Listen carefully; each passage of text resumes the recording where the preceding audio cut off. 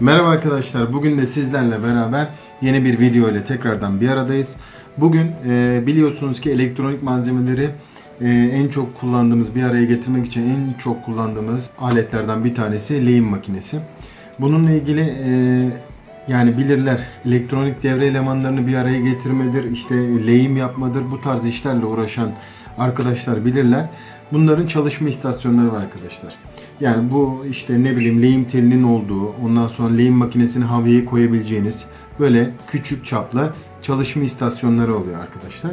Bu çalışma istasyonları internet üzerinde belirli meblağlar karşılanıyor. Tabi üzerindeki var olan mekanizmalara göre giderek artıyor. Eğer üzerinde ayarlı bir ısı ayarlı bir güç kaynağı varsa bunlar 300, 400, 500 ileri milyarlara kadar çıkabiliyor arkadaşlar. Biz üzerinde güç kaynağı olan değil, sadece bizim işte istediğimiz devre elemanı kıskaçlarıyla tutabilecek, daha sonra havyamı koyabileceğim, ondan sonra temizleme aparatını kullanabileceğim, pastasını bir arada olabileceği bir çalışma istasyonu yapmak istiyorum. İnternet üzerinden de temin edebilirsiniz bu ölçekli. 100-150 arasında değişiyor. Şimdi gelin hadi hep beraber bu lehim için çalışma istasyonunu yapalım.